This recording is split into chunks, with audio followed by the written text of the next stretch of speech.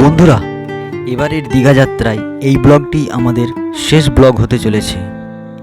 এর আগে 2টি ব্লগ পোস্ট করেছি আমি দীঘার, যেটা তোমরা হয়তো দেখেছো বা যদি না দেখে থাকো অবশ্যই গিয়ে দেখতে পারো। এর আগের 2টি ব্লগে দেখানো হয়েছে আমার দীঘা যাওয়ার পথে একটি ব্লগ এবং আরেকটি তালসাড়ি ও শঙ্করপুরের বিচ, এবং আজকের ব্লগে তোমরা দেখতে চলেছো তাজপুর এবং মন্দারমণির বিচ। যদিও আমি খুব ছোট্ট করে দেখাবার চেষ্টা করেছি এই ব্লগটিকে, তো অবশ্যই তোমরা আজকে দেখে নিতে পারো এই ব্লগটি। তো চলো শুরু করা যাক আজকের ব্লগ।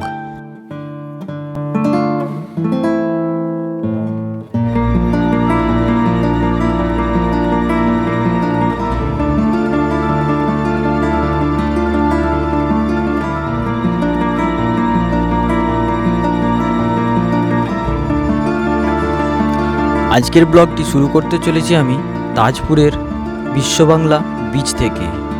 তো চলো আগে আমরা গিয়ে পৌঁছে যাই এক্ষুনি তাজপুরের বিচে।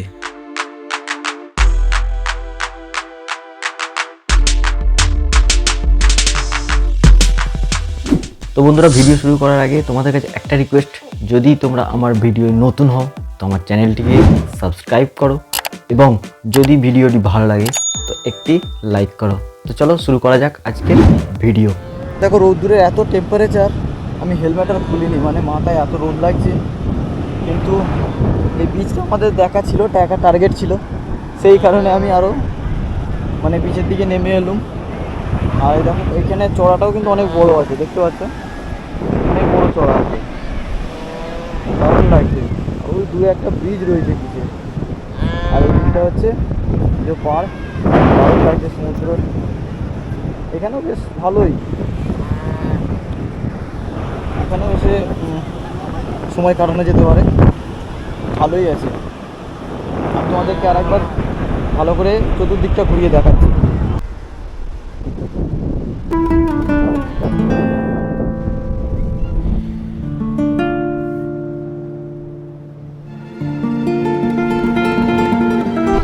ওই দেখো দূরে ওইটা হচ্ছে এইটা হচ্ছে মন্দারমণি মোহনা, ওই যে মন্দারমণি মোহনা বিচ ওই দিকটা।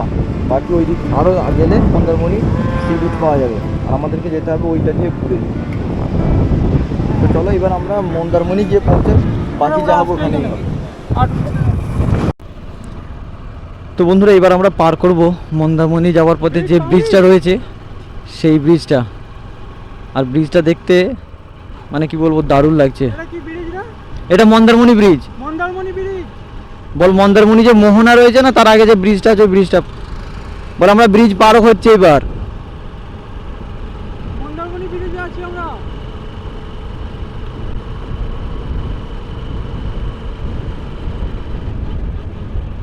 লোকেশনে ব্রিজ দেখাই নেই বল। এখন আমরা ব্রিজ পার হচ্ছি বল। হ্যাঁ বল, আমরা এবার ব্রিজটা পার হচ্ছে, একদম পুরো ব্রিজের উপরে আছি। আমরা ব্রিজে আছি, ব্রিজে। অ্যাকচুয়ালি আমাদের লোকেশন প্রবলেম হওয়ার কারণে মোবাইল গুগল ম্যাপের লোকেশন ঠিকঠাক দেখাচ্ছে না বলে একটুখানি সমস্যা হয়ে গেছে। সোমনাথ আর ওই মিনার আলাদা হয়ে গেছে, আর আমি এখন ব্রিজ পার হচ্ছি, দেখতে পাচ্ছ। আর এই দিকটায় মানে কি বলবো, প্রচুর প্রচুর মাছের ভেড়ি আছে, এইসব জায়গায় দারুণ মাছ হয়। তো আমরা মন্দারমণি চলেই এলাম, মানে এপার থেকেই শুরু হয়ে যাচ্ছে মন্দারমণি। ব্রিজ পার জাস্ট ব্রিজ পার হওয়া, তারপরেই স্টার্ট হয়ে যাচ্ছে মন্দারমণি। এবার এখানে মন্দারমণিতে বিভিন্ন রকমের বিচ রয়েছে, তো আমরা চেষ্টা করব যে মেন বিচটাই যাওয়ার। বাকি চলো কোথায় গিয়ে পৌঁছে আগে দেখি, মেন ব্রিজে যাই, মেন বিচে যাই, না মেন জঙ্গলে চলে যাই।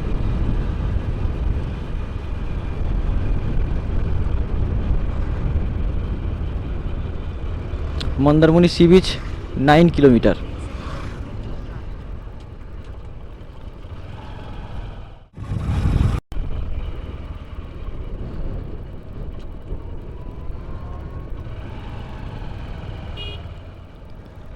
এই রোড ভাঙাচোরা, একটা মানে জায়গা, পর্যটক জায়গা, সেইখানে রাস্তার অবস্থা এত বিচ্ছিরি রাস্তা, মানে বন্ধুরা তাজপুর থেকে মন্দারমণি যাওয়ার পথে, মন্দারমণির মেন সৈকত বিচে যাওয়ার পথে, যেটা মোটামুটি 8 থেকে 9 কিলোমিটার রাস্তা। আর এই রাস্তাটা পুরোটাই মানে কি বলবো, এইরকম কন্ডিশানে যে দেখতে পাচ্ছ, যেটা মানে ভাঙাচোরা গর্ত, বড় বড় গর্ত হয়ে আছে। কারগুলো যাচ্ছে ওদের চ্যাসিস ঠেকে যাওয়ার মতন হয়ে যাচ্ছে, এমন অবস্থা। মানে একটা মেন রোড যেখান দিয়ে মানুষ সারাদিনে হাজার হাজার কার যাতায়াত করছে, গাড়ি যাতায়াত করছে, সেইখানে এত ভাঙাচোরা রোড।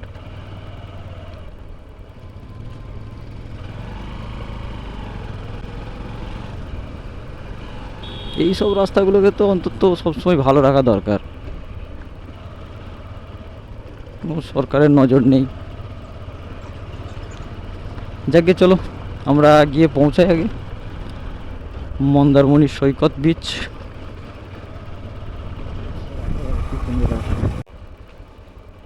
গাড়িগুলো উল্টে যাওয়ার ব্যাপার, আর এই টোটোগুলো তো মানে এক্ষুনি উল্টে যাবে এরকম মনে হচ্ছে মাঝে মাঝে দেখে।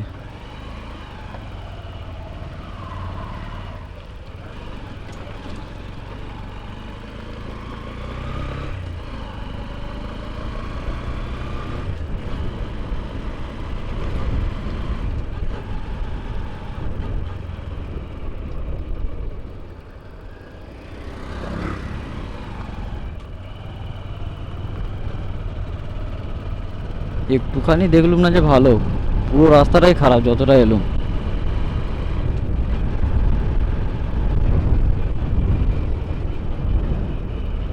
ওই একে দেখতে পাচ্ছিস, ফারুককে?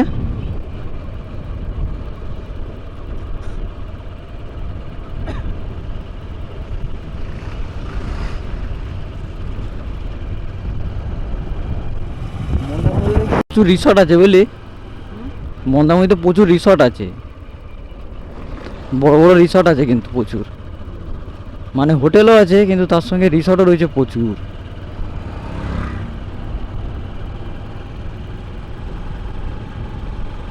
হেভি হেভি রিসর্ট করা আছে এখানে কিন্তু, একদম সব সমুদ্রের ধারেই করা আছে রিসর্টগুলো। আমাদের ডান দিকে সমুদ্র আর তার পাশেই রয়েছে বড় বড় রিসর্ট।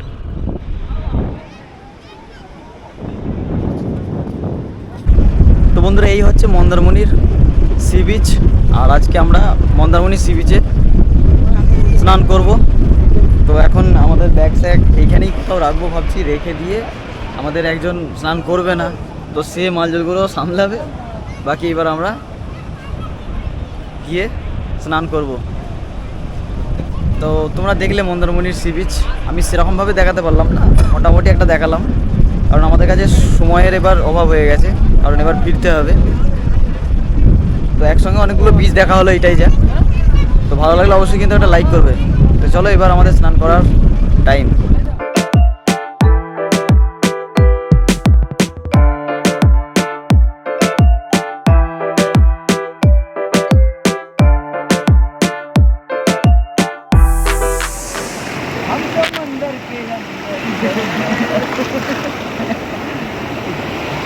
समुंदर के मेले मजा।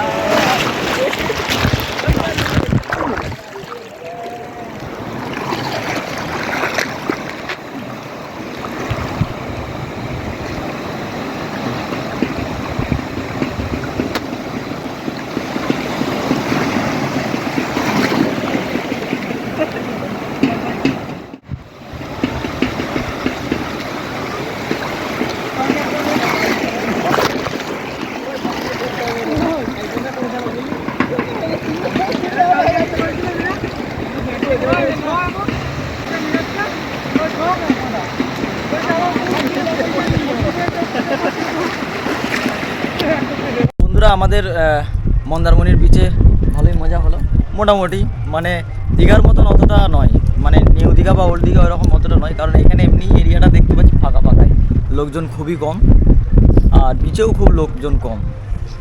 বাকি আজকে হচ্ছে সানডে যেহেতু, আর আজকে সানডের বিকাল হয়ে গেছে, তো এমনিতেই লোকজন চলে যাবে, কারণ সোমবার থেকে আবার অফিস। আর এই মন্দারমণিতে বেশিরভাগ চাকরিজীবীরাই বেশি আসে। হয়তো আবার একজন চলে এলো স্নান করে। কষ্টকর ব্যাপার। তো চলো, আমাদের মন্দারমণি ভালোই কাটলো। এবার আমরা এখান থেকে বেরিয়ে যাবো। এখন সময় কটা বাজছে রে? 3টে বেজে গেছে? 3টে বা 4টে? 4টে বেজে গেছে। মোটামুটি আমাদের বাড়ি যেতে 10টা। তো সময় হয়ে গেছে 4:30 আর আমরা মন্দারমণি থেকে জাস্ট বাইক ছাড়ছি। এই হচ্ছে মন্দারমণির বিচ আর এই হচ্ছে মন্দারমণির বাজার। বস বস।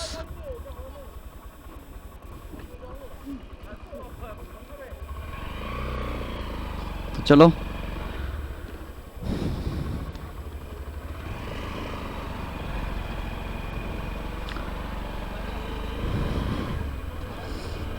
তো মোটামুটি এবারের ব্লগে মোটো ব্লগটাই ম্যাক্সিমামটা দেখতে পেলে।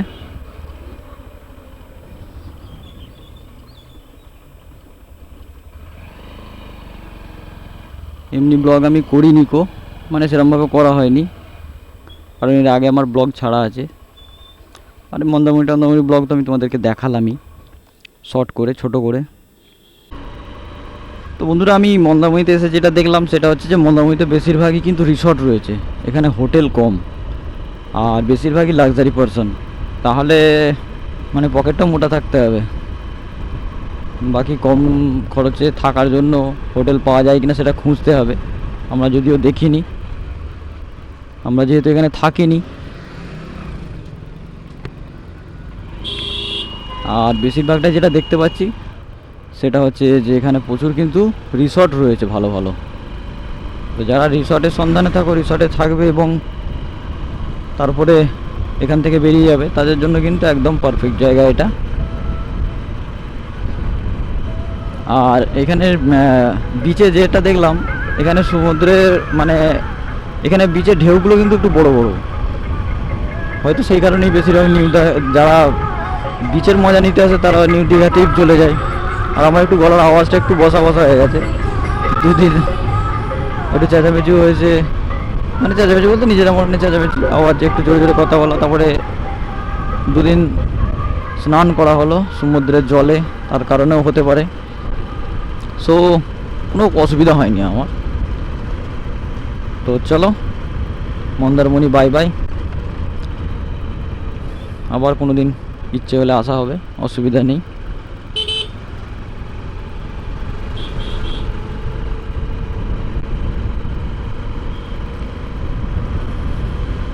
তো আমরা এখন মোটামুটি বিচের পাশ দিয়ে যে রোডটা রয়েছে সেইটা দিয়ে যাচ্ছি।